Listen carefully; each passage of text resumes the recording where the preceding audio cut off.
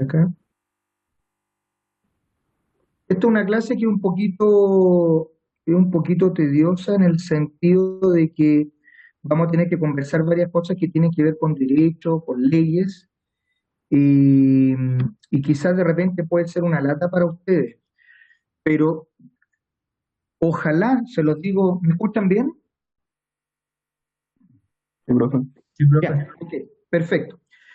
Ojalá, se los digo bien sinceramente, ojalá yo en mis años de formación hubiera tenido esta clase. Créanme que hubiera deseado tener esta clase y no tener que aprender un montón de cosas que ahora voy a tratar de enseñarles o de transmitirles, que las tuve que aprender solito con el tiempo, dentro de mi ignorancia. Porque ustedes van a salir de la universidad sabiendo bastante medicina, pero de muchas otras cosas van a salir más ignorantes que cuando ingresaron a estudiar esta carrera. En ese sentido va el mensaje mío y del doctor Sudillo, sé que más de alguna oportunidad se los tiene que haber tocado de que un médico que sabe solamente medicina no sirve mucho. Y aquí se van a dar cuenta por qué. ¿Cuál es el propósito de esta clase? Vamos a ver un poquitito ética, medicina, marco legal del ejercicio profesional en Chile desde diferentes ámbitos, ¿ya? Obviamente enfocado para estudiantes de primero. Turururum. Vamos. Avancemos. Va. ¿Qué es el derecho? El derecho constituye un mínimo ético y aquí va el primer mensaje. No porque algo sea legal significa que necesariamente es bueno o necesariamente es ético. Todos sabemos que fumar cigarrillo produce cáncer y sin embargo es una droga de consumo legal, legalizado. Entonces, primera cuestión que tiene que tener claro es que el derecho nos da unos ciertos márgenes, que tiene su trato ético, etcétera, pero que no necesariamente las cosas que están legisladas para hacerse o para no hacerse o no cometerse son necesariamente éticas. El derecho debe permanecer neutral frente al pluralismo moral, ¿no es cierto?, en torno a los demás. ¿Qué significa esto? Significa que una ley tiene que ser realizada para ser lo más justa posible, sea, por ejemplo, ya que hablábamos el otro día del tema religioso, sea un ateo, un testigo de Jehová, un católico, un agnóstico, etcétera, el que tenga que estar sujeto a esa ley o a una sanción eventual, o sea de color blanco su piel o sea de tez morena. El único fin por el cual es justificable que la humanidad, individualmente o colectivamente, se entrometa en la libertad de acción de uno o cualquiera de sus miembros es la protección. O sea, aquí ya tenemos un concepto que nos habla de libertad, pero que cuando esta libertad, por ejemplo, llegaron más participantes o no, la libertad de un individuo eh, pasa a llevar ese acto libertario la protección de otros, en ese caso hay que actuar protegiendo al grupo. ¿Mm?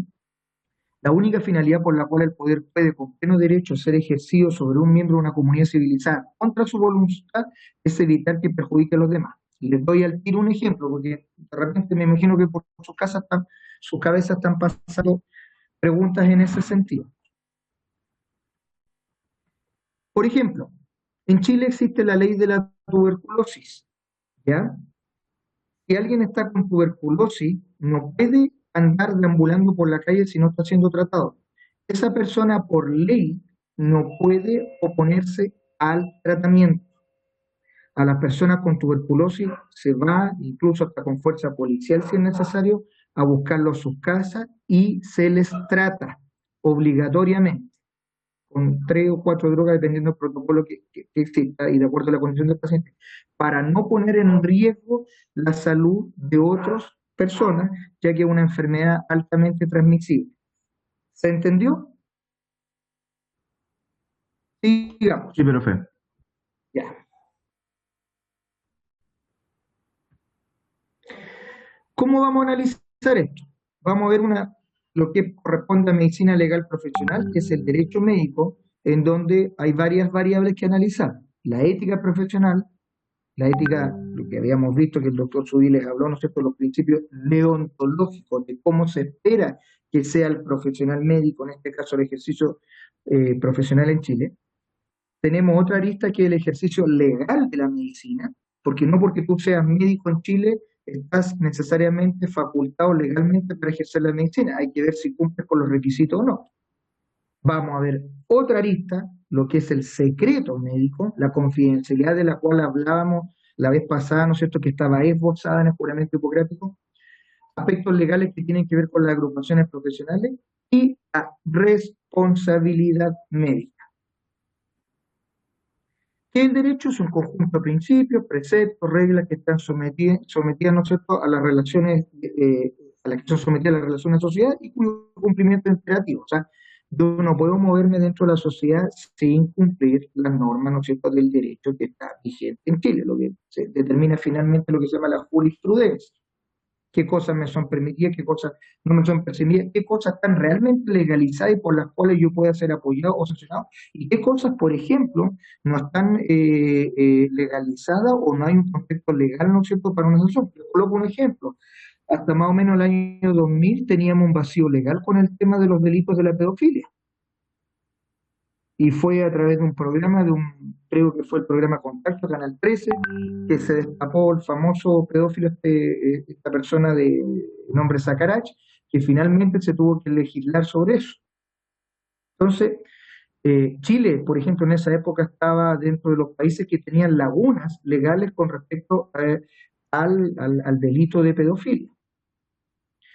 Derecho médico es la parte del derecho que comprende el conjunto de leyes, reglas y usos que regulan el ejercicio de la medicina y profesiones de la salud. Y en ese sentido, tenemos leyes médicas. Los médicos, por ejemplo, estamos sujetos, en mi caso, por ejemplo, estoy sujeto a dos leyes, que son leyes médicas. Una es la ley 19664, para los que trabajan en forma diurna, y están adscritos también los dentistas, los farmacéuticos, los bioquímicos, y la otra es la ley 15076, que es para los que, en mi caso, por ejemplo, que yo hago turno, es para los médicos que somos residentes de unidades de cuidado intensivo, unidades de emergencia, etcétera. Entonces, nosotros también los médicos tenemos leyes especiales, más allá de las leyes que tenemos como cualquier ciudadano. A veces se mezclan cosas y aquí es importante que sus cabecitas, que yo sé que están vírgenes a estos conceptos, vayan entendiendo algunas cosas. Todo esto que estoy hablando es materia general para que puedan entender en lo que nos vamos a meter en unos 10 minutitos más. Tenemos aspectos éticos por los cuales debe regirse o guiarse un médico. Llegó alguien más. A ver, ya, admitidos.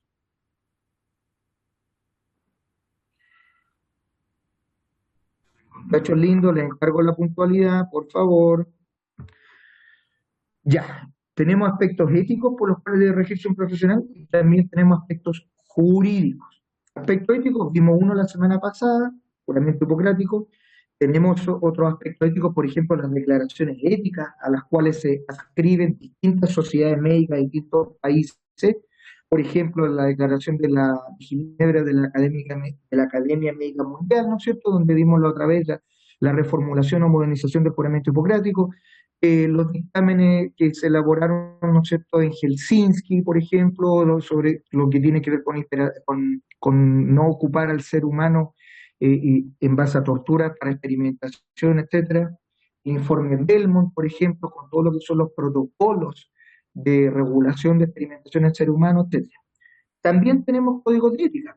Ustedes pueden googlear Colegio Médico de Chile, Código de Ética, y pueden bajar la última versión que salió el año pasado de nuestro Código de Ética, que está redactado igual que una constitución, con artículos, con incisos, donde se establece muy bien cuáles son los deberes, las obligaciones del médico y cuáles son las sanciones de no cumplir con dichos deberes. Y tenemos, ¿no es cierto?, otras regulaciones éticas siempre disponibles. Pero también tenemos aspectos jurídicos, partiendo por nuestra constitución política, que es muy probable que sea finalmente cambiada en los próximos meses. tenemos también el Código Penal, Código Civil, Código Sanitario, Código de Procedimiento y un montón de leyes, normas, reglamentos, etcétera, que ustedes, muchachos, aunque les dé una lata, van a tener que revisar en algún momento. Se los digo porque yo todos los días converso con colegas que son bastante ignorantes en esta materia y se meten en problemas, se meten en líos por no tener claro este tipo de cuestiones. En ese sentido, anoten B larga, BCN, BCN.cl. BCN.cl significa Biblioteca del Congreso Nacional. Ese es un sitio en el cual están todas las leyes de nuestra república gratis y es muy ameno de buscar. No es necesario que ustedes se sepan una ley de memoria con el número, sino que hay ahí una barrita buscadora donde pueden introducir el concepto y le aparecen todas las leyes que están, ¿cómo se dice? Que están relacionadas con lo que ustedes están buscando. Sigamos. Bueno, ¿qué pasó? Que me traba esta cosa.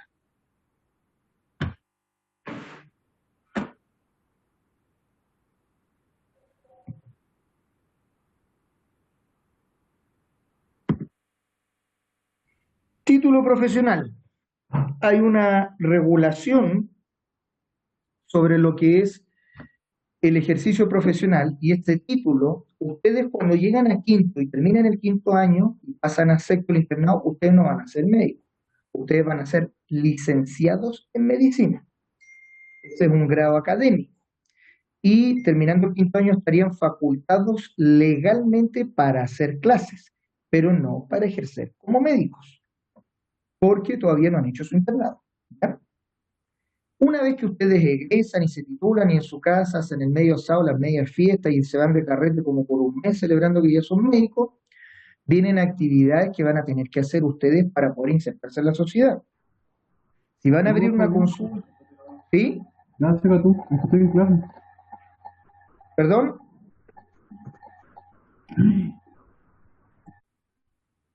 ¿Quién quiere preguntar algo? Ya, cuidado con los micrófonos, chicos. Van a tener que hacer actividades de iniciación en impuestos internos para abrir una consulta, etcétera. ¿Ya? También van a estar adscritos a reglamentos por su ejercicio funcionario. En mi caso, por ejemplo, que yo tengo una consulta, pero yo soy eminentemente funcionario público, trabajo en el Hospital Regional de Arica, yo soy un funcionario público adscrito al estatuto administrativo que me regula, con todo lo que significa desde el pago, la antigüedad, hasta las sanciones si yo cometo algún perjurio o algún delito en el ejercicio, ¿no es cierto?, profesional, sea con respecto a un paciente o sea con respecto a mis funciones en mi lugar de trabajo, ¿ya? También hay aspectos legales que tienen que ver con la promoción, publicidad y propaganda.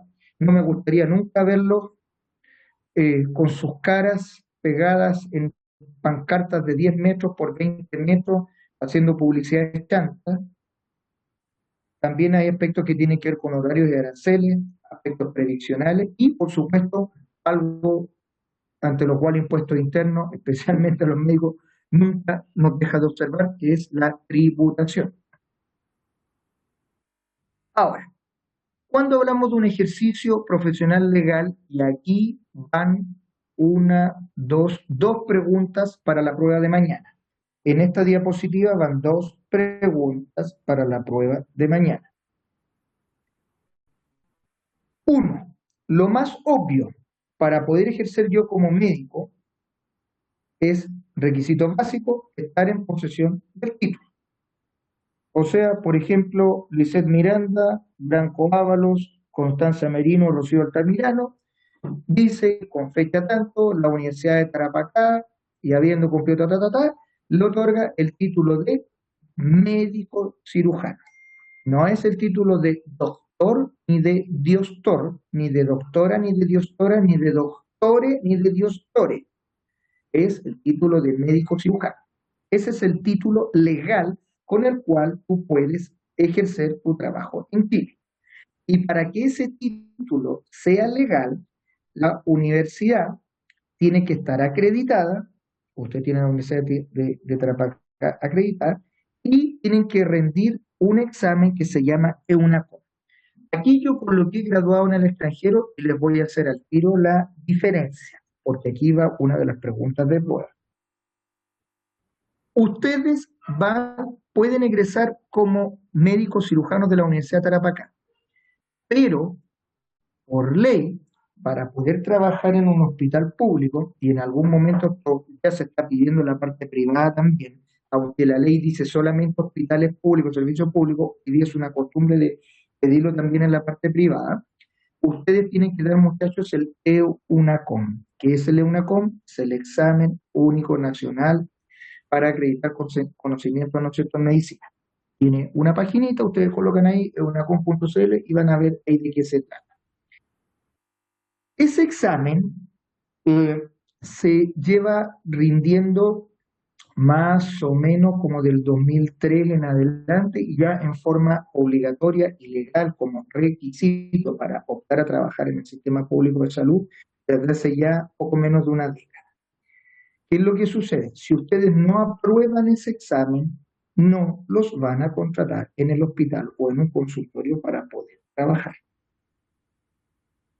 ¿Estamos? Ahora, ustedes podrían decirme, doctor, pero yo podría abrir mi consulta y solamente... Sí, hasta ahora que la ley contempla que el EUNACOM solamente es obligatorio para trabajar en el sistema público de salud, claro, tú podrías trabajar ¿cómo se dice?, estar ejerciendo la medicina sin estar corriendo en algo ilegal. Pero les advierto al tiro, muevan su cabeza al lado derecho, abajo donde dice Supersalud, existe un registro nacional donde estamos todos, los médicos, las enfermeras, las matronas, etcétera, todo, no se escapa nadie, y donde se ve quién somos, qué somos y quién nos respalda con respecto a un proyecto. Si ustedes colocan ahí Patricio Ledesma, van a ver, no necesitan mismo, ustedes colocan Patricio Ledesma con Z y les va a aparecer que mi título de médico cirujano me lo dio la Universidad de Chile, que el título de especialista me lo dio también la Universidad de Chile, bla, bla, bla, y que también tengo unas constancias de desempeño en dos subespecialidades. Y ustedes pueden investigar a cualquier médico en esta inscripción en Supersalud, que es dependiente de la Superintendencia de Salud, en el rubro prestadores individuales. Yo les expliqué la otra vez que hoy día hablamos de prestadores y de usuarios. Prestadores somos la gente, los médicos, las enfermeras, las matronas. Los prestadores individuales, también tenemos los prestadores institucionales, que son los hospitales, las clínicas, los centros médicos, y los usuarios son los pacientes o enfermos. Esas son la terminología legal actual. Entonces, si ustedes quieren buscar, a ver quién es mi profe, a ver qué onda, a quién le ha ganado, a ver, lo buscan, y ahí estamos todos. ¿Ya?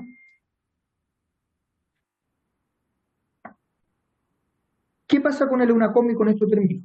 Ustedes tienen que dar el EUNACOM, muchachos, y aprobarlo, porque esto es cuestión de tiempo ya para que se empiece a pedir como algo, como una exigencia en la parte privada, ¿ya? Y de hecho ya se está pidiendo.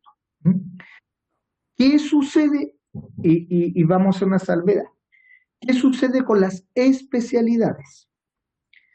Las especialidades en Chile, hay dos grandes formas de ser acreditadas o reconocidas. Una es que tú hagas una beca con financiamiento no del ministerio, da lo mismo, en una universidad, y esa universidad cumple los objetivos, te toma el examen y te acredita como especialista. Por ejemplo, en mi caso, mi especialidad de pediatría yo la tengo habilitada o reconocida por la Universidad de Chile. Pero también existe una entidad que se llama CONASEM, que es la Corporación Nacional Autónoma de Acreditación de Especialidades Médicas.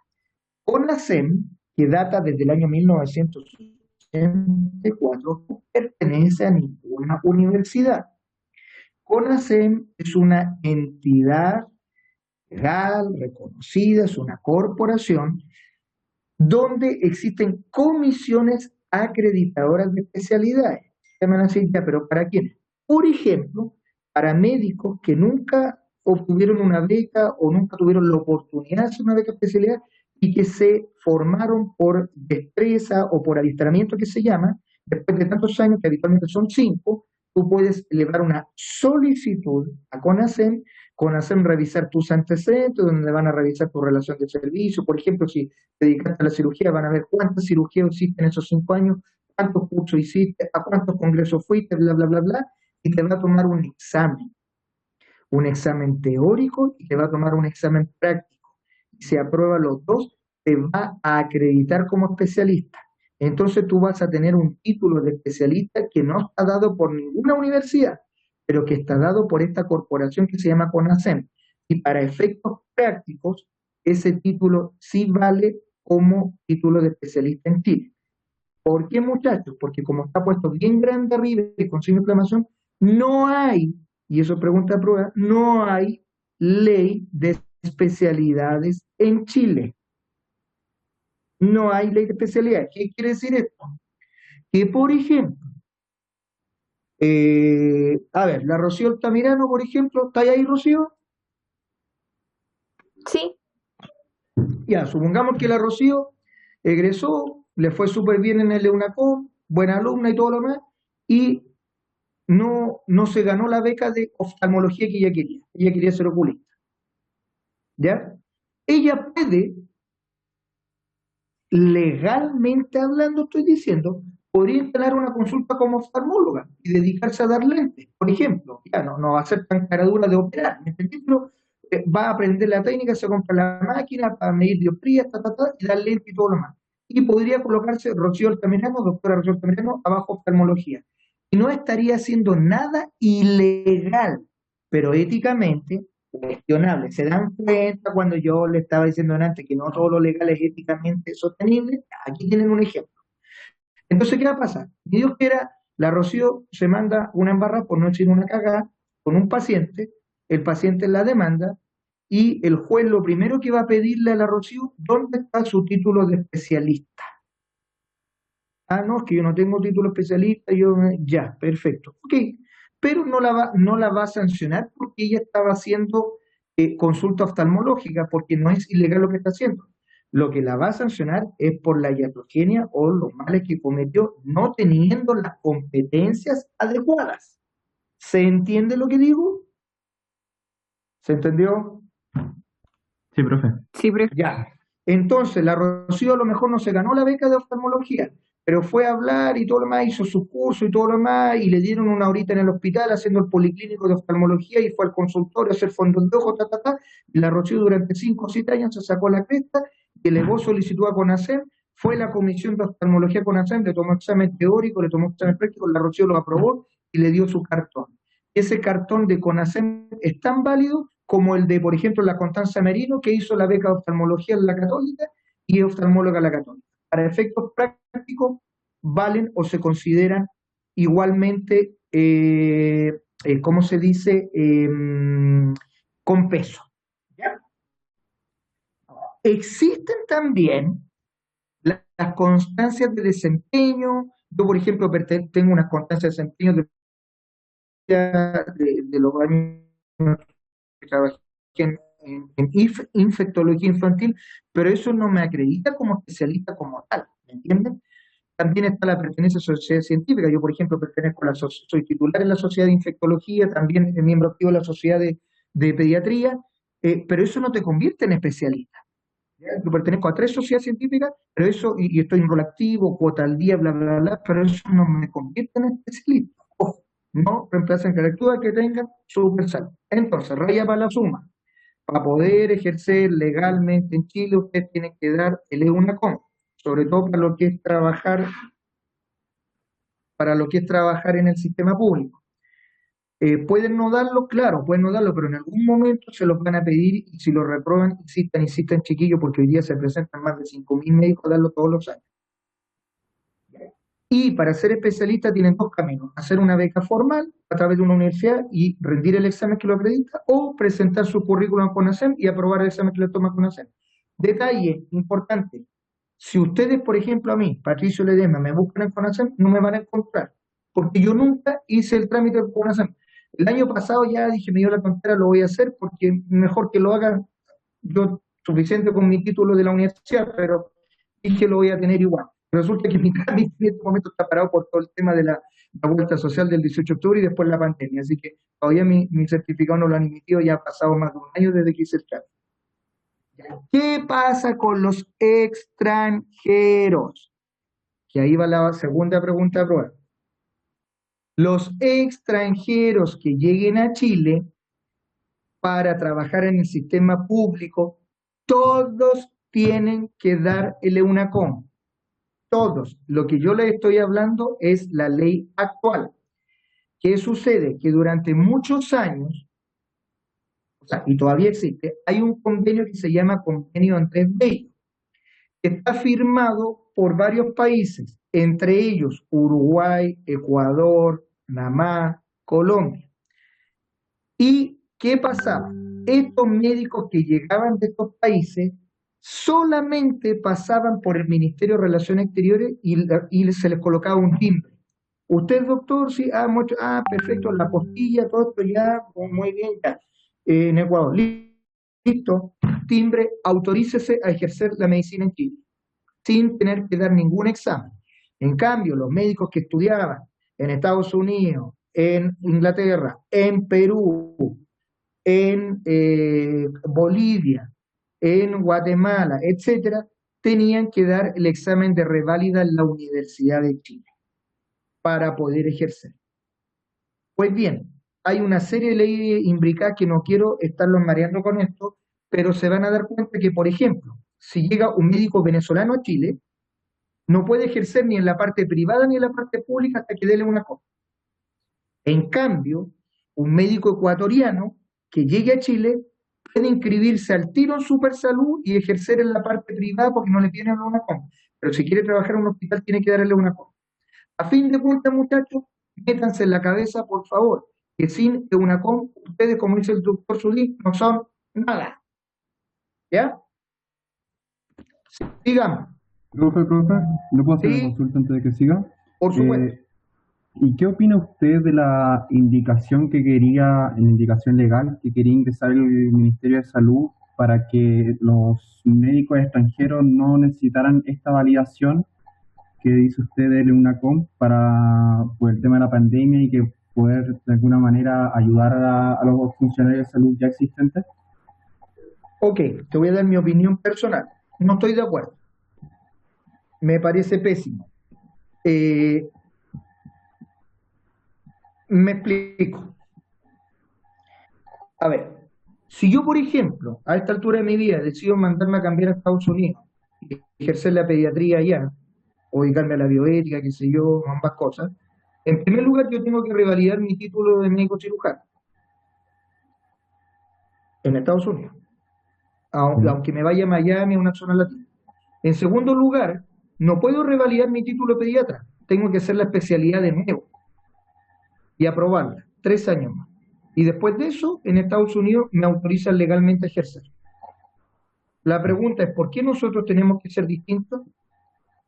Segunda cosa, equilibremos también, porque no puedo ser dogmático en decirle esta cosa. Yo entiendo que estamos en una situación de pandemia. Entiendo que mientras más manos tengamos, es mejor. Entiendo que los médicos escasean y se hacen poco en esta situación, etcétera, etcétera, etcétera. Yo, en ese sentido, soy el primero, digamos, en rasgar vestidura en ese sentido, porque trabajo en el sistema público, hago turno y sé lo que es. No me van a venir a contar ese cuento. Pero perfectamente se pueden dar autorizaciones transitorias. Por ejemplo, llegó la doctora X de Maracaibo, Venezuela, no puede dar una coma, la oficina está cerrada, no lo toman en una coma hasta diciembre, estamos faltando médicos, ok, la Seremía evalúa el caso y se le da un permiso por 6 meses para que pueda ejercer la medicina y nos ayude, pero al cabo de esos 6 meses tiene que tenerse una compra en vivo.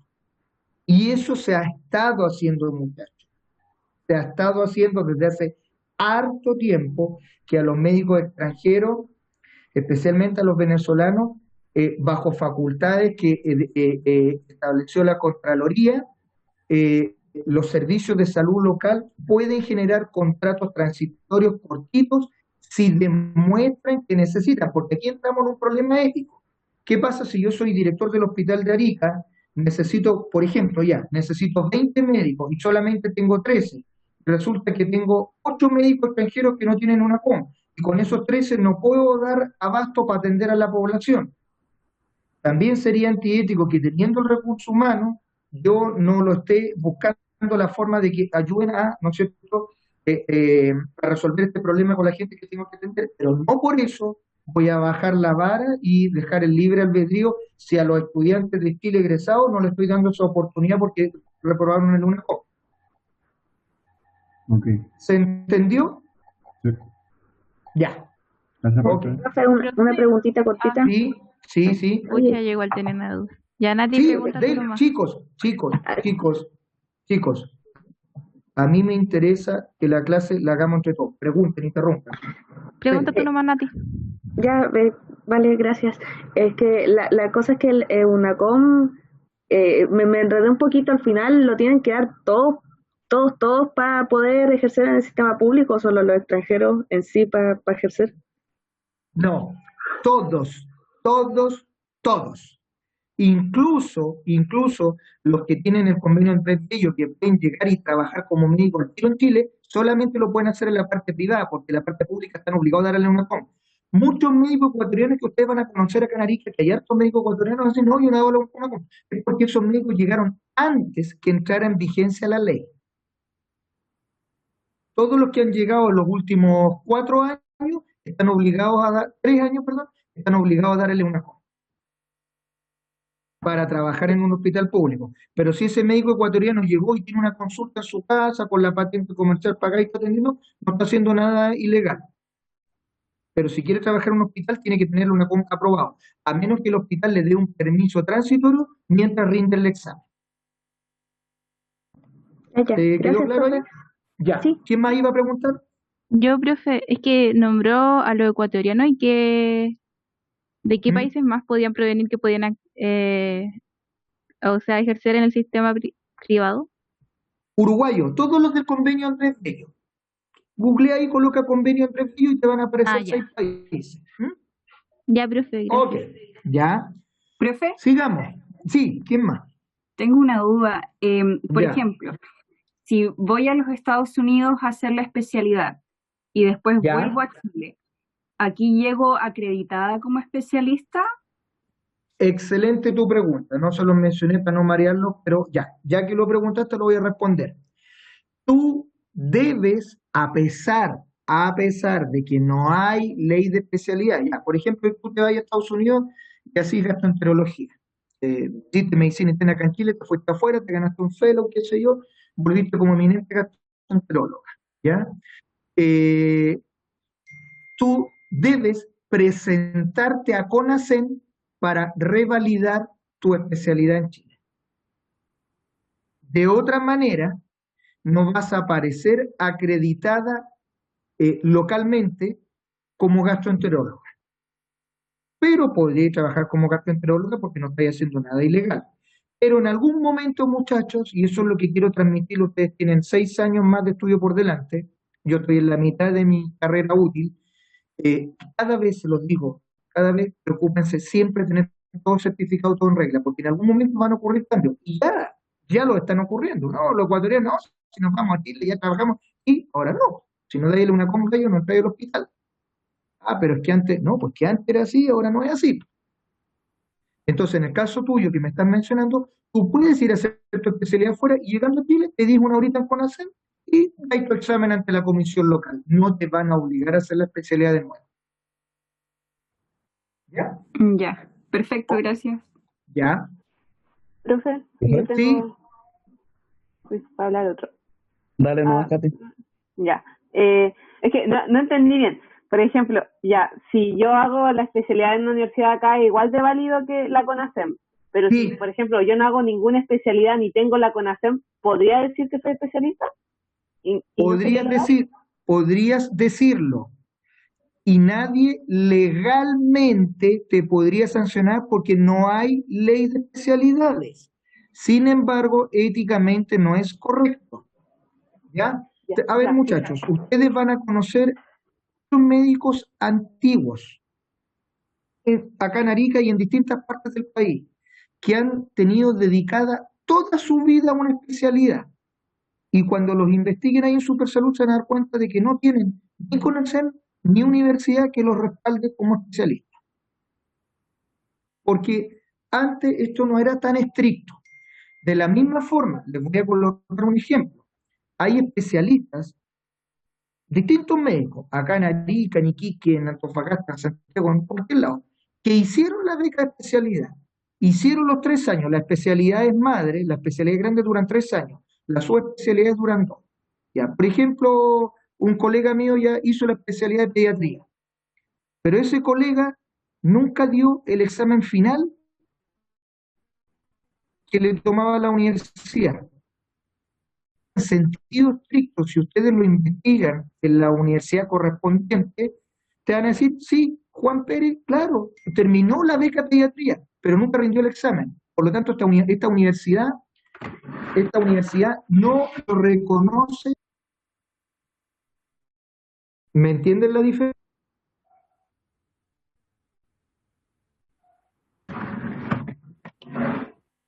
Chicos, ¿se entendió? Sí, profe. Sí, profe, Ya, ok. se escucha un poco cortado, sí. Ya, espérate, ¿sabes qué? Me voy a mover porque yo estoy con mala señal, ¿eh? Me muevo un poquito. Porque tengo un aviso acá de la... Ya, ahí sí. Entonces, como les decía, puede suceder eso, que dicen, pero ¿cómo si este doctor me dio toda la vida, pediatra o es cirujano o internista? Claro, y van a los registros y no lo encuentran, pues, y van a Supersalud y no lo encuentran. Y cuando investigas un poco más, te das cuenta que el colega hizo la beca, pero nunca, por las razones que sea, dio el examen final. Entonces es lo mismo, ponte tú, no es lo mismo, pero se parece, ponte tú, a los abogados que terminan la carrera, pero nunca juran. ¿Cachai? Entonces son egresados de derecho, pero legalmente no son abogados. En el caso de los médicos es distinto, porque como no hay ley de especialidades, en sentido estricto, el colega no está haciendo nada ilegal por trabajar como pediatra, como cirujano, no, pese a no haber dado el examen de la especialidad. Entonces, por eso di el ejemplo delante de la Rocío, de que ella era oftalmóloga, no habiendo hecho beca, pero no está haciendo nada ilegal. Pero no es ético, porque ella está ostentando algo para lo cual no se ha formado adecuadamente. Ahora sí, Sí, profe. ya, pasamos a otra parte. Profe, Atribuciones, perdón, sí, ¿te puedo hacer una pregunta? sí, dime. Siguiendo el tema de la paz, de ir a hacer una especialidad afuera, después usted dijo ¿Mm? que había que ir al CONASEM y pedir como hora, hacer la prueba y todo. Y en el caso Claro. que uno repruebe eso, ¿hay como otra oportunidad o...? Claro, claro, sí, sí, sí, sí. Si tú lo repruebas, tú puedes darlo de nuevo. O sea, yo he conocido colegas que han pasado el CONASEM a la tercera. No, no, no es algo que si a ti te va mal en una oportunidad, eso sea para siempre así. No, no hay ningún problema. Ah, ya, muchas gracias. Ok, ya. Entonces, ¿qué pasa? Ustedes se van a titular, van a ser flamantes médicos, estuvieron un mes chupando, celebrando ahí y se dieron cuenta que tenían que trabajar, porque papito y mamita ya no le iban a dar la mesa y tenían que producir. Entonces van a tener atribuciones y capacidades, muchachos, que van a estar derivadas de la posesión de este título. ¿Y esas atribuciones cuáles son? Van a poder dirigir establecimientos. A lo mejor el Máximo Sosa le ofrecieron una pega en el Sapunar y va a ser director del Sapunar a los 6 meses porque este cabrón más o menos bueno, muy ordenadito, ya sé que este lo vamos a colocar de director. Ya. Y va a tener la responsabilidad de ser un médico joven, director de un CESFAM. Van a poder prescribir y almacenar medicamentos. Ustedes van a poder hacer recetas que legalmente van a ser, digamos, despachadas para los usuarios y van a tener una responsabilidad con eso. Van a poder certificar nacimientos, defunciones, van a poder dar licencias médicas. Espero nunca saber que están vendiendo licencias médicas, alumnos míos. Y también van a tener la capacidad de poder pronunciarse sobre pronósticos, diagnósticos, tratamientos de enfermedades, supervigilar actividades de colaboración. Ustedes van a ser jefes de equipo donde van a trabajar con otros funcionarios de la salud, con otros estamentos, llámese enfermeras, matronas, tecnólogos médicos, etcétera. Y en ese sentido, no olviden nunca que van a tener deberes y derechos. El deber de nunca abandonar al enfermo, el deber del apego a la lex artis. La lex artis significa actuar conforme al arte legal, para lo cual estudiaron, a la ley del arte, respeto ético, no difamar a colegas, mantener el secreto, no irte a la cafetería y decir, oye, hoy día vi a la Juanita, ¿te acordás de la gordita? Sí, oye, para la cagar la viejita, weón, ahora, y mientras te están escuchando todos. Es una falta ética muy grande, muchachos. Ustedes podrán decir, hoy día me tocó ver una paciente gordita que tiene este otro, pero mencionarla por el nombre o hacer alusiones personales, eso nunca. Y por supuesto, el dar instrucciones claras. De partida tienen que hablar bien, tienen que modular, no pueden generarse uno más. ¿Me entienden? Y por Dios que he conocido médicos que hablan mal. También van a tener derecho a información verídica, respeto a instrucciones médicas, derecho a honorario digno. Y ahí hay toda una parte del gremio. Yo durante muchos años también he sido gremialista, ahora ya me he alejado un poco de esas prácticas, también con movilización y todo lo más, tratando de buscar la dignidad de nuestro sueldo ante, sobre todo, las entidades privadas. ¿Qué me interesa a ustedes como alumnos de primero, neófitos, pollitos, aún rompiendo este cascarón, que sepan de leyes vinculadas al ejercicio médico? Son estas. No necesito que se las aprendan de memoria los números. No les voy a preguntar los números en la prueba. Se nos van a ir repitiendo durante el curso este semestre algunas de estas leyes. 1. El libro quinto del Código Sanitario. Les voy a colocar ahí un ejemplo. El Código Sanitario, que es muy antiguo en este país, faculta a personas que no son médicos para que puedan ejercer acciones médicas en situaciones críticas en ausencia de médicos. Por ejemplo, supónganse que hay un terremoto, un maremoto, se quedó una embarcación en alta mar, no hay un médico y hay enfermos con gastroenteritis, etcétera, y hay un enfermero a bordo. El Código Sanitario faculta, establece que en una situación como tal, ese enfermero tenía un handy, un radiooperador, llamó, se contactó con los médicos, ese enfermero pueda administrar medicamentos sin que se lo indique un médico. ¿Se entiende? O un TENS, un técnico paramédico. Pero ese enfermero no podría estar en Arica, donde hay, no sé, 200 médicos, abriendo una consulta y haciendo diagnóstico médico y dando recetas, porque para eso no estudió. Ahí estaría haciendo un ejercicio ilegal de la profesión. En cambio, en alta mar, con gente enferma y sin presencia de médico, podría estar administrando analgésicos, antiespasmódicos, porque el Código Sanitario lo habilita en esa circunstancia. ¿Ya? Tenemos dos leyes, que las que les comenté, la 19.664 y la 15.076, que son las leyes médicas con respecto a jornadas, contratos, liberación de guardia, contratos de planta, etc. Incluye también a los dentistas, a los odontólogos. Esta ley sí la van a tener que recordar por el resto de sus vidas, la ley 20.584. Regula los derechos y deberes que tienen las personas en relación con acciones vinculadas a su atención en salud.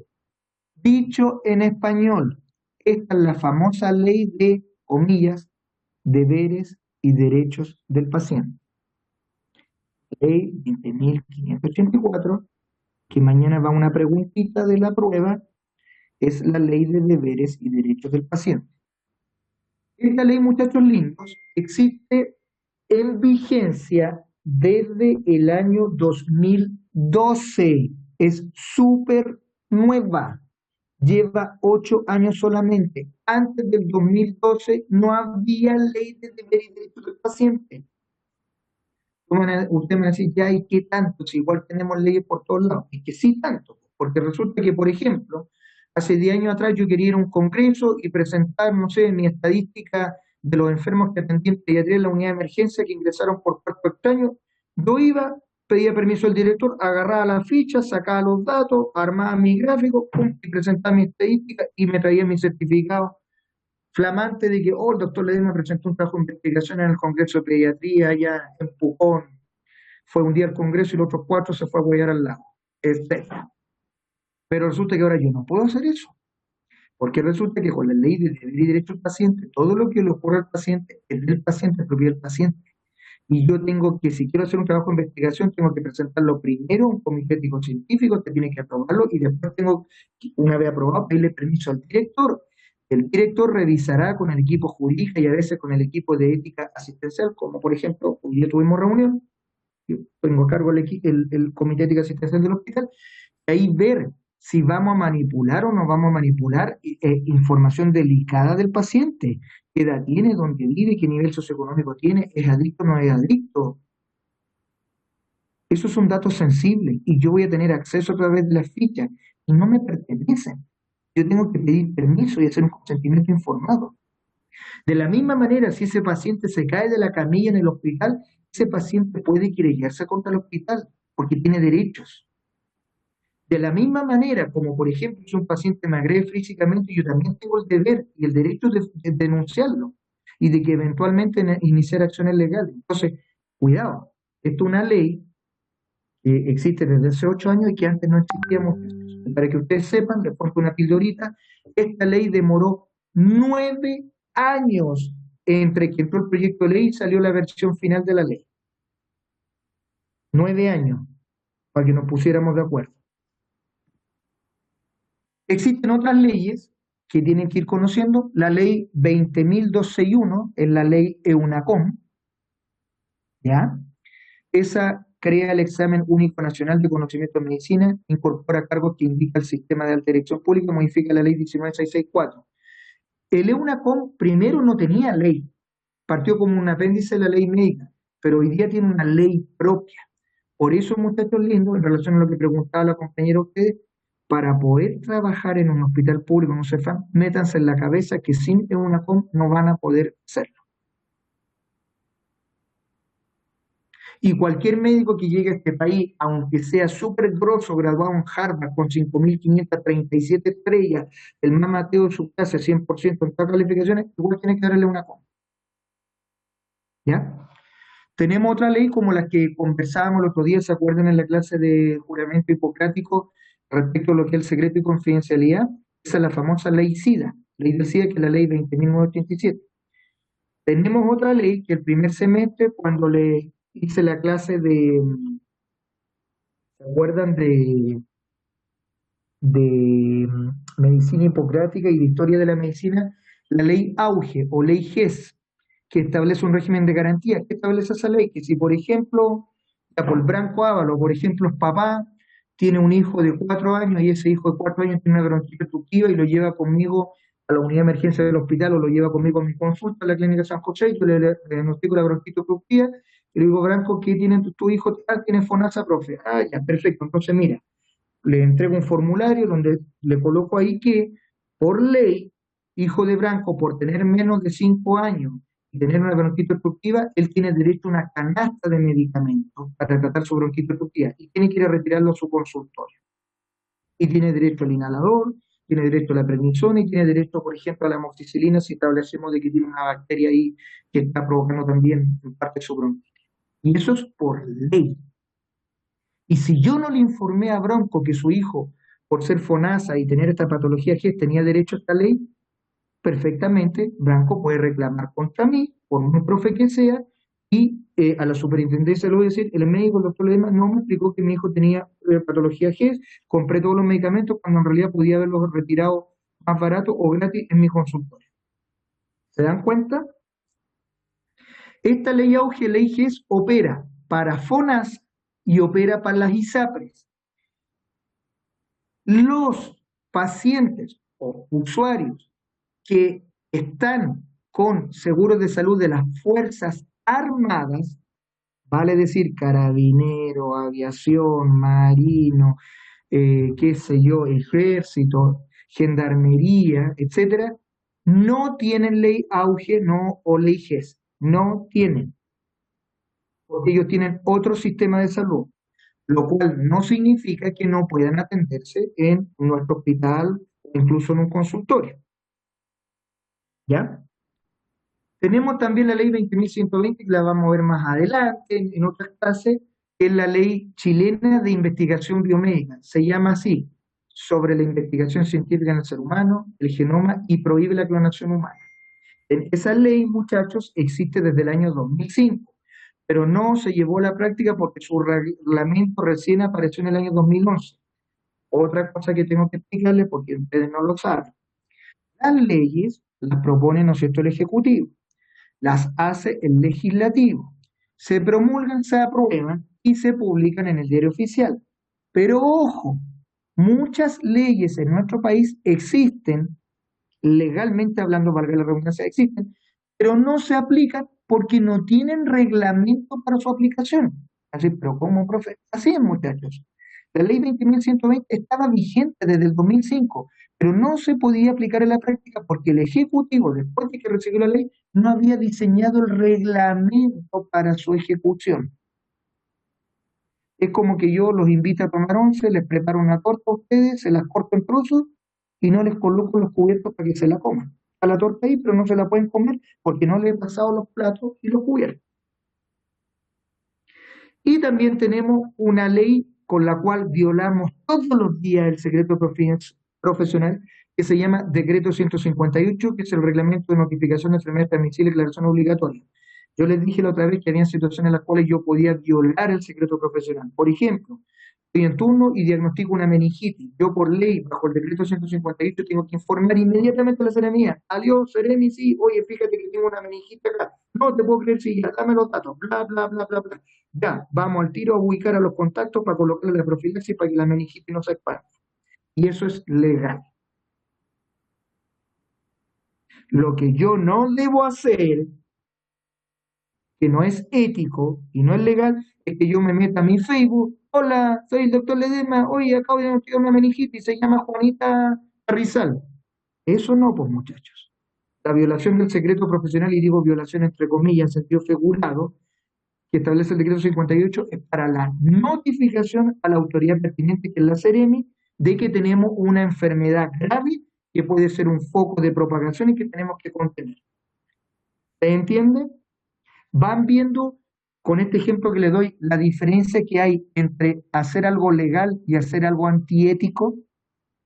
¿Se dan cuenta? Ejercicio legal y ilegal. Aquí le ¿Profe? ¿Sí? Dime. Profe, una pregunta.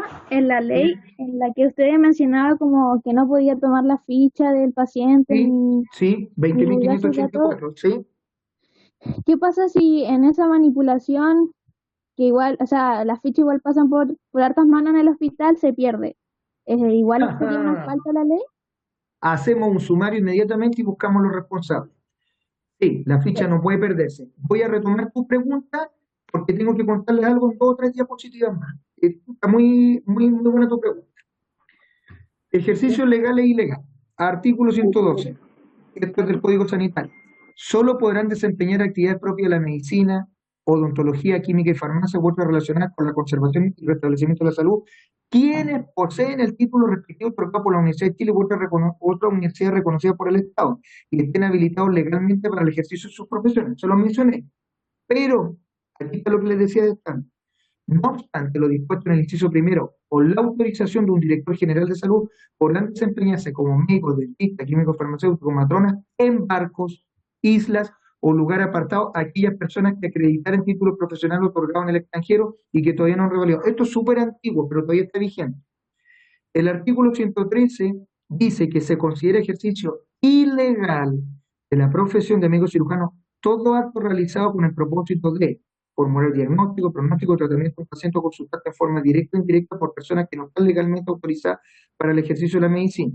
Entonces ustedes me van a preguntar, oiga, profe, pero pucha, yo soy bacán, soy hijo de médico, mi papá es médico cirujano, mi abuelo es cirujano, mi bisabuelo era cirujano, mi tatarabuelo era cirujano en la Guerra del Pacífico, bla, bla, bla, bla, y yo nací con un bisturí en la mano y yo desde los 2 años que opero rata y todo lo demás, y no hay nadie más bacán que yo sé operar y me creo la raja. Ya, ok, tú estás en el internado y a lo mejor te vieron que tenías habilidad y el doctor subió a decir, ok, ya, usted, ya, venga, opere conmigo. Y tú a lo mejor vas a poder operar una apendicitis, como me pasó a mí, me acuerdo en el internado, operé 2 o 3 apendicitis, cesárea y cervical. Pero tú operas supervisado por un docente y por un médico al lado tuyo. Eso no se considera ejercicio ilegal de la profesión. Ejercicio ilegal sería que tú, a la mala, te consigáis un pabellón en el Hospital de Clínica San José y estés operando tú solo, sin la supervisión de un docente. ¿Captan la diferencia? Ya. Profe, Sí, ahí en ese caso de que yo como doctor me consiga un pabellón a la mala y opere a un como paciente, doctor o como interno, como interno, haciéndote como pasar por interno. doctor. Sí, haciéndome pasar por Ya. doctor, la Ujú. responsabilidad legal las tengo yo y también la institución, en este caso la clínica. Depende, la responsabilidad legal la tienes al tiro inmediatamente por hacer algo sin supervisión, ¿Ya? sabiendo que tienes que hacerlo con supervisión. Y dependiendo la clínica, porque si la clínica demuestra de que no estaba en conocimiento y esto solamente fue por cuestión tuya, la clínica tendría una corresponsabilidad bastante discutible. Pero si la clínica es la que dijo, oye, cabrón, espéralo nomás, que vamos a estar esperando a este viejo el SUDI que está atrasado todo lo demás, por supuesto que tiene una responsabilidad también, institucionalmente hablando, desde el director para abajo. Ok. Gracias, No profe. obstante lo dispuesto en el inciso anterior, me interesa que interrumpan, chicos. Esta clase es una lata, pero es una lata súper necesaria. Y hoy día ustedes, a las 6:30 de la tarde, van a saber cosas legales mucho más que muchos de mis colegas del hospital. Eso se los doy por garantizado. No obstante lo dispuesto en el inciso anterior, quienes cumplan funciones de colaboración médica, por ejemplo, la enfermera, los técnicos, etcétera, podrán realizar algunas de las actividades señaladas siempre que medie indicación y supervigilancia médica. Ahí entran ustedes los internos. Asimismo, podrán atender enfermos en caso de accidentes súbitos, situaciones de extrema urgencia, cuando no hay médico cirujano alguno en la localidad o habiéndolo, no sea posible su asistencia profesional. Imagínate que el doctor en cuestión está operando, está amputando una pierna a un paciente diabético y le viene un accidente vascular y se desploma y se muere ahí o se infarta. Y quedamos con la pierna medio cortada.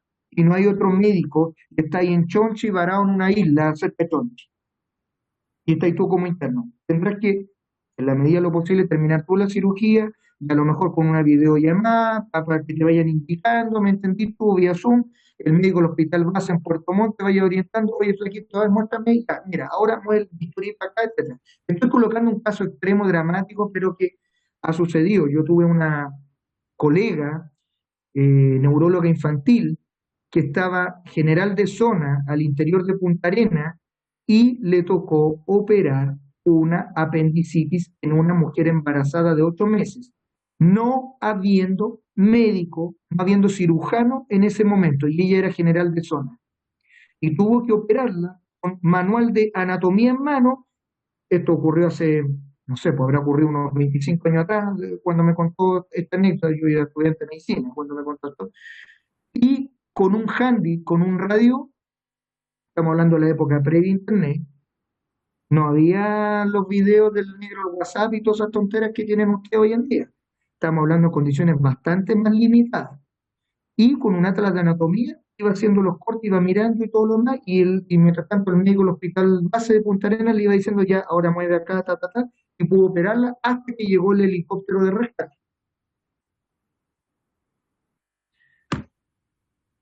Historia de la ley 20.584, que es la que le contaba, la de los deberes y derechos del paciente.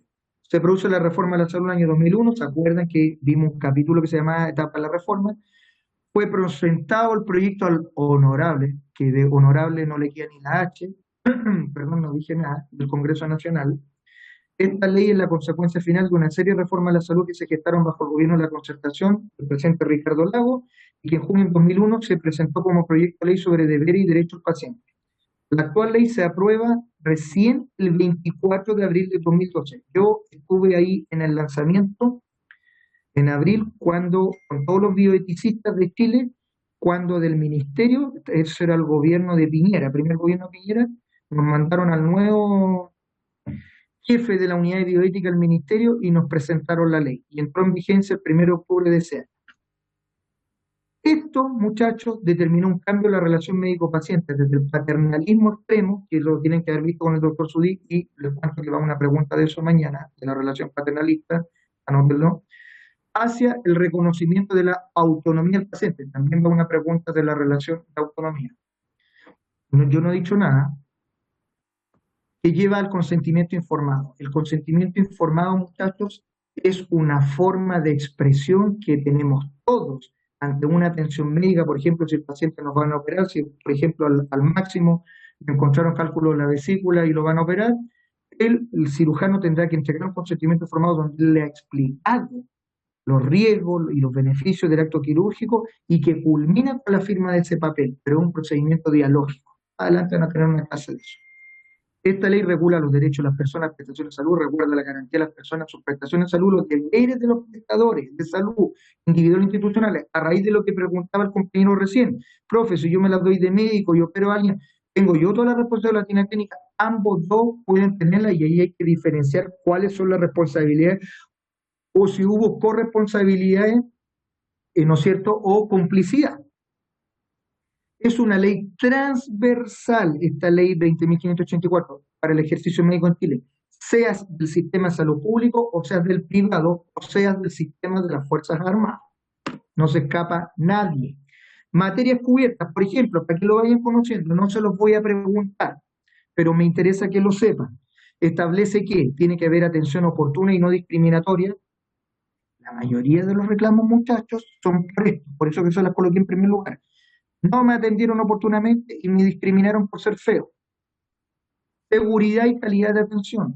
Trato digno. La mayor causa de reclamos en Supersalud por parte de los usuarios es porque no fueron bien tratados al interior de una institución, ya sea por el portero o el barrendero que está afuera, ya sea por el médico que los atendió o por el personal que los atendió entre medio. Compañía y asistencia familiar, derecho a información clínica, derecho a información financiera, consentimiento informado, acceso y custodia de la ficha clínica, que es lo que estaba preguntando la compañera hace 15 minutos, y ahí les voy a explicar a qué se refiere esto, y derechos de las personas con discapacidad psíquica e intelectual. ¿Me están escuchando? Sí, profe. Sí, profe. Ya. Sí, profe. Ok, es que les pregunto por si se ha caído la señal, disculpen. Muchachos, quiero detenerme un poquito. La palabra discapacidad, discapacidad psíquica e intelectual. Yo sé que a lo mejor, estadísticamente, de los 37 que están en casa, alguno ha dicho, me carga que el profe ocupe la palabra discapacidad. ¿Por qué no puede hablar de gente con capacidades diferentes? ¿Cierto que alguno de ustedes pensó eso? Sí, profe. Ah, si yo conozco a mis pollitos. Ya. Yo esto lo escribí en términos legales. En el coloquio médico, en el coloquio social, en el coloquio de la prensa, si se quiere, uno intenta, cuando te refieres a un minusválido, un discapacitado, uno intenta decir, y yo por lo menos trato y tengo la precaución de hacerlo, decir gente o personas con capacidades diferentes. Pero yo estoy ocupando aquí, muchachos lindos, la terminología legal. Y en la terminología legal no existe el léxico capacidad diferente. Se habla de discapacidad psíquica e intelectual. ¿Estamos claros? Sí, profe. Ya, Sí, profe. aunque no les guste. En algún momento habrá que cambiarlo, lo cambiaremos. Yo apoyo que hay que cambiarlo. Pero mientras no lo cambiemos, la terminología legal, jurisprudencial, es ocupar la palabra discapacidad.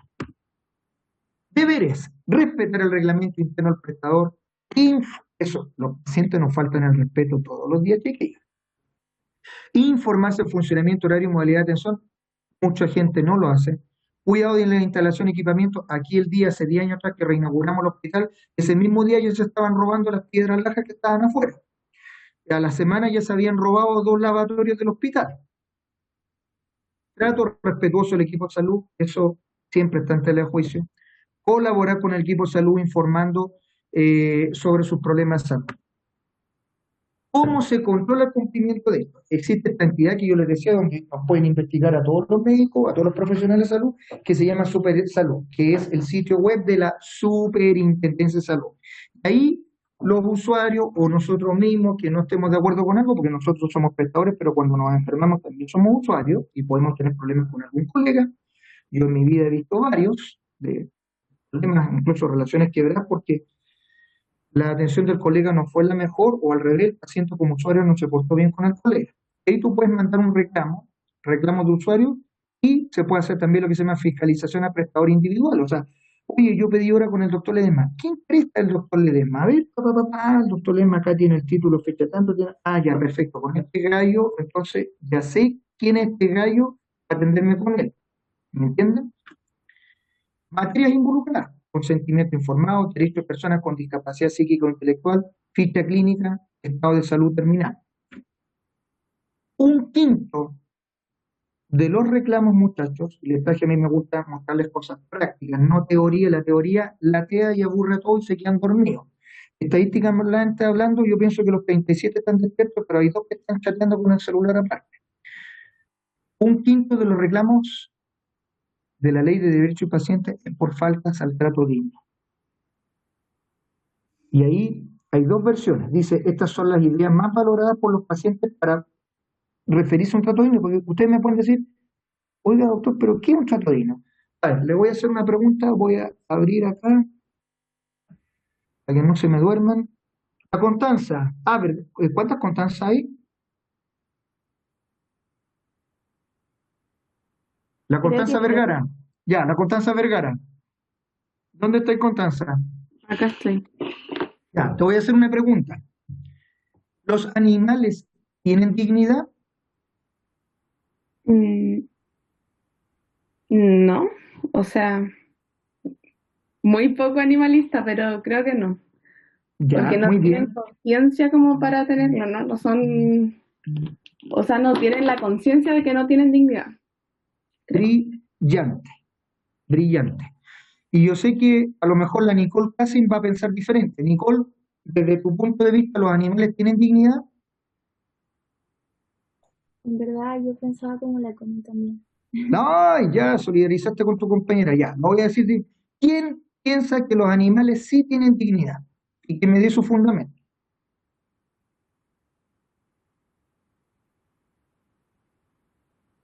Hoy que son pateros con el profe. Ya, les voy a aclarar al tiro esto. La dignidad, muchachos lindos, es un concepto humano, es un concepto social, es un concepto socioantropológico. Cuando yo digo vivienda digna, ¿qué estoy diciendo?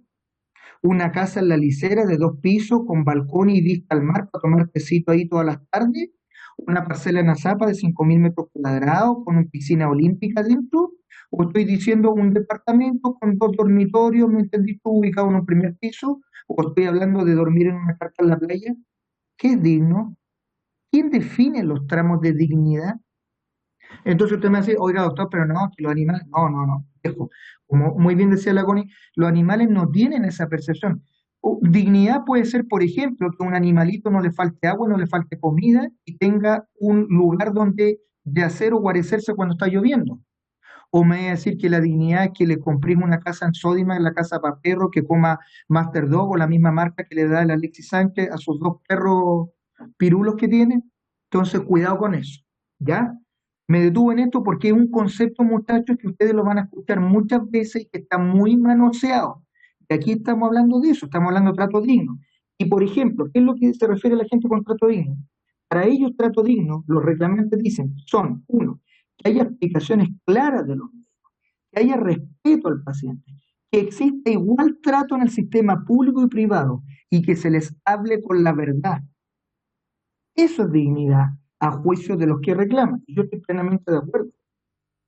Y a nivel macro, a nivel de hospitales públicos, consultorios, es no estar tanto tiempo en listas de espera, es indigno, que tu mamá se muera de un cáncer esperando que la operaran 2 años y medio, que haya más médicos especialistas, que haya atención rápida a la urgencia y que los auxiliares atiendan al paciente. Y no te, oiga, mi mamita se mojó y el auxiliar está mirando ahí, chateando, y no es capaz de ir a limpiar el lugar donde la mamita, digamos, se hizo sus necesidades porque, qué sé yo, tiene una vejiga neurogénica. ¿Ya? Eso, por ejemplo, es parte del hall de nuestro hospital. En Arica se integra mucho el estatus de la comunidad aymara, ¿ya? Y todas las cosas están en 2 idiomas y se trata de hacer también parto asistido con la comunidad aymara. Si está ahí el chamán aymara, se le da permiso, todo lo que signifique no transgredir las normas, el buen trato y las oportunidades que todos tenemos, porque a fin de cuentas somos todos ariqueños y nos atendemos en el mismo hospital. Estas son las pancartas que ustedes van a ver en pancartas públicas estándar que se utilizan en los distintos sistemas de salud pública, o sea, los distintos recintos de salud pública del país.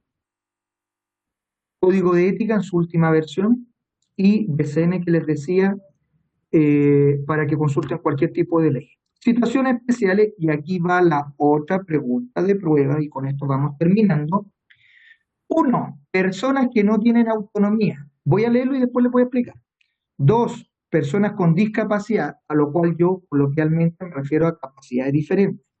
3. Niños versus adultos. 4. Necesidad de romper el secreto profesional. 5. Credos testigos Jehová. Vamos para atrás. Por ejemplo, yo les dije el otro día, si me llega un testigo Jehová que lo atropellaron afuera, viene inconsciente, se está muriendo el gallo, está en bradicardia, está en shock hipovolémico, no viene con nadie más, lo encontraron, lo recogieron los carabineros, lo subieron arriba, lo trasladaron, ¡pum! Entramos a la posta, lo intubamos, le colocamos suero y todo lo demás, medimos el hematocrito y resulta que el hematocrito normal, que es de 40 a 40% en el hombre, está en este enfermo en 5%, choqueado.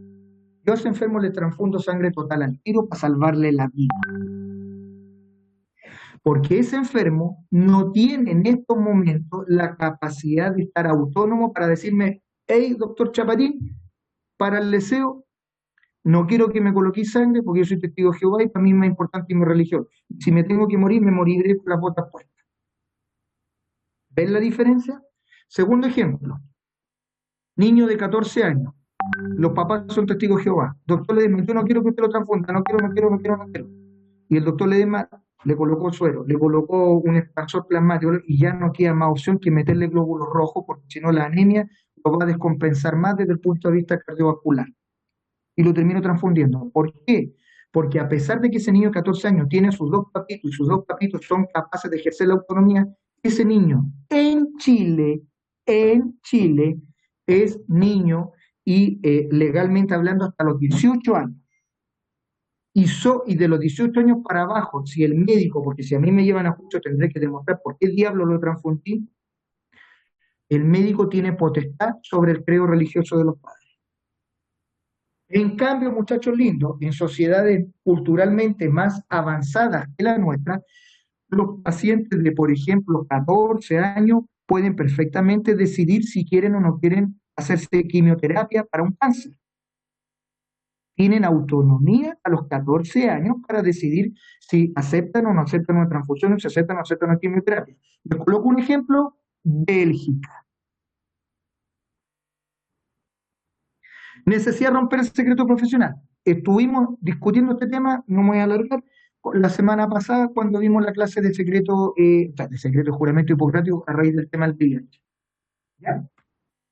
Uso de datos sensibles, lo que preguntaba la compañera. ¿Cuánto tiempo hay que guardar una ficha?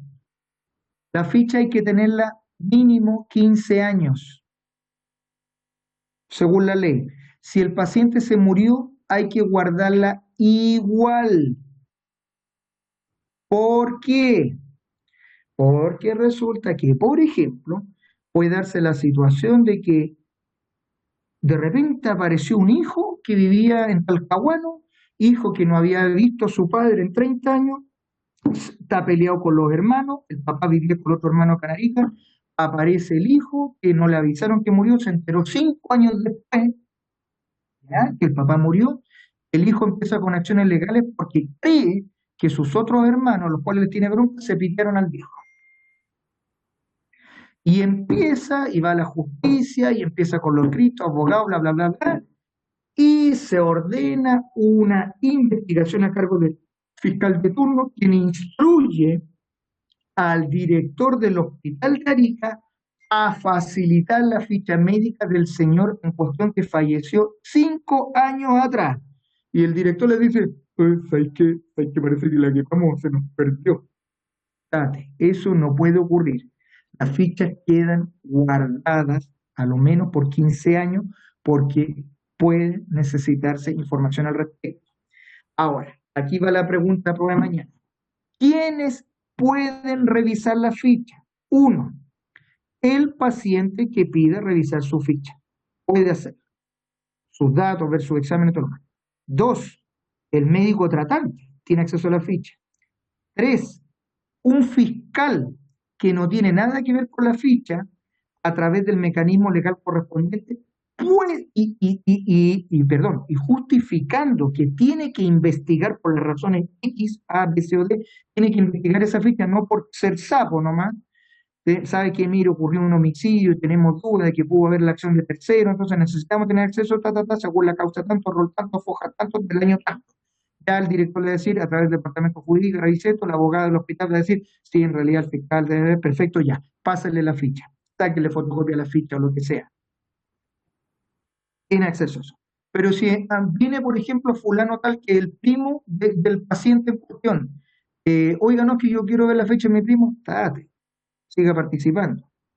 ¿Me entienden? Entonces, ¿quiénes pueden ver el paciente, los familiares debidamente autorizados, el equipo tratante, el fiscal, cuando se inicia una causa, etc.? ¿Ya? Y tenemos también otras cosas legales, las cuales no me voy a meter ahora, que las vamos a ver después, todo lo que tiene que ver con regulación de homeopatía, terapias complementarias, medicina, etc. ¿Estamos listos, chicos, con la clase? Voy a salir de compartir pantalla. ¿Duda o pregunta? Porque ya estamos en la hora. ¿Se salió?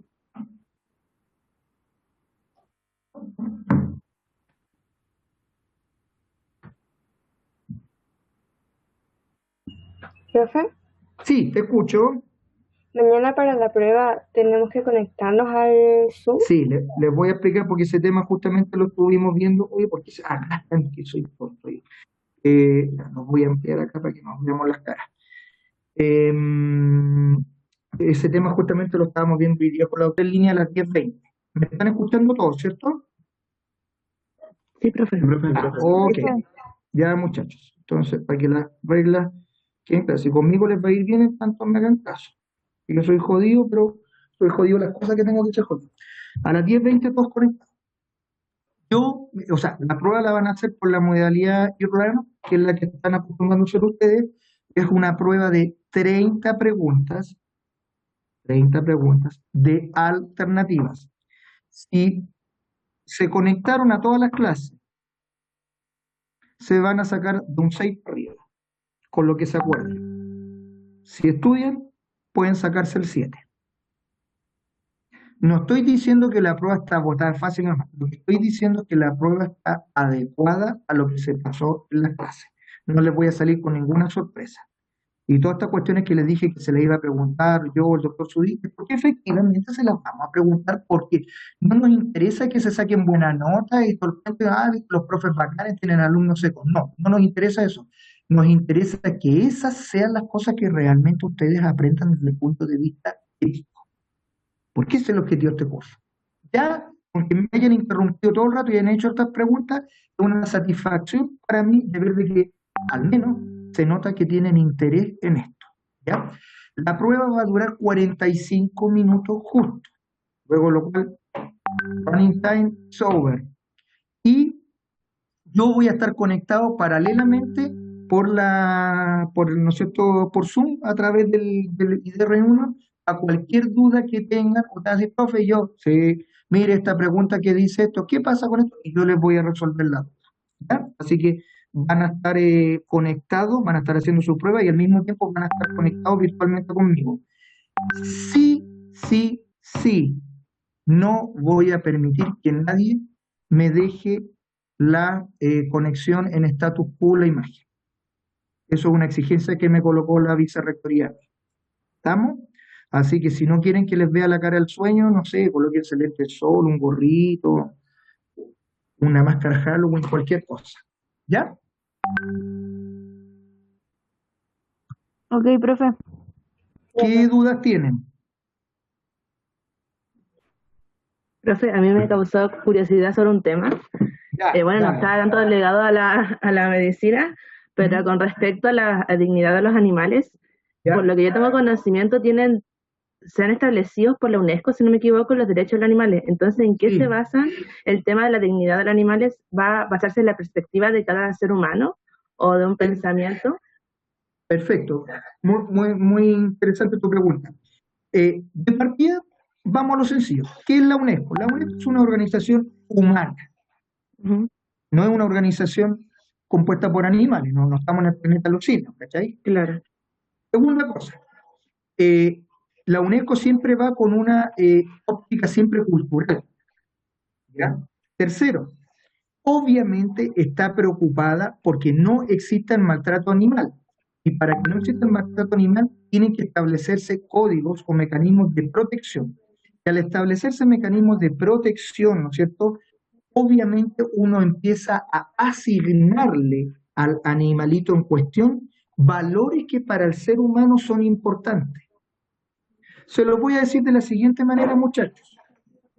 En la antigua Roma, cierto pensador, que no me acuerdo si fue Cicerón, no me acuerdo si fue Cicerón, no quiero, a mí no me gusta en grupo, pero uno de los pensadores romanos tendría que buscarlo, búsquelo ustedes, y tengo entendido que Stalin repitió el ejemplo, como una gallina viva, la desplumó una a una, fue sacando las plumas, la hizo sangrar, la gallina quedó desplumada, cacareando, gritando de dolor, y después de eso le dio de comer, y la gallina comió, y se quedó con el torturador. Y ahí venía, entre comillas, la enseñanza, entre comillas, este pensador romano decía, toma una gallina, desplúmala, déjala sufriendo y después dale de comer, y te seguirá toda la vida. Y ese ejemplo, esta metáfora macabra, es una estrategia política que se ha repetido a lo largo de la historia. En ese mismo sentido respondo a tu pregunta. Es uno el que le impone en el escalafón zoológico, entre comillas, inferior, que son las mascotas, los animales, valores que uno le asigna, pero que son conceptos culturales del ser humano. Te vuelvo a decir, ver a un animalito que tenga derecho a agua y comida todos los días, no sé si es más o menos digno que ese animal que lo llevan a la peluquería todas las semanas. Claro, entonces, o sea, no sé si te escuchado las noticias de que ahora parece que los buses interurbanos van a tener Sí. permitido viajar con los animales Sí. al lado, entonces, Antes se podía permitir solamente, de hecho yo se lo hice una vez como que ayer le hice un certificado a mi sobrina, se permitía solamente en situaciones en que el niño necesitara estar con el animal en cuestión para poder mantenerse tranquilo, por la razón que fuera autista, no fuera autista, tuviera un trastorno afectivo, etc. ok, gracias. El día que las corridas de toro en España se acaben, y perdónenme, yo no sé si alguien de ustedes sea de Chillán de Rancagua se identifique con las costumbres del campo chileno, las cuales me gustan mucho, pero hay una que no comparto, que es la del rodeo. Yo soy anti-rodeo, soy anti-corridas de toro. No soy un animalista, soy pro-animalista, que es distinto, pero soy anti-rodeo y anti-correo. Yo gozo cuando veo a un torero que se lo cornea un toro bien puesta la cornua. Y soy el gallo más feliz que este año no haya habido rodeo por el tema de la pandemia. Pero es una opinión muy personal.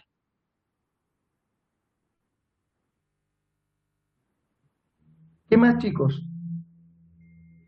Profesor, yo tengo una duda con respecto a las Dime. fichas clínicas. Que, Con por respecto ejemplo, a, las fichas clínicas. ya, Que, por ejemplo, si yo ya soy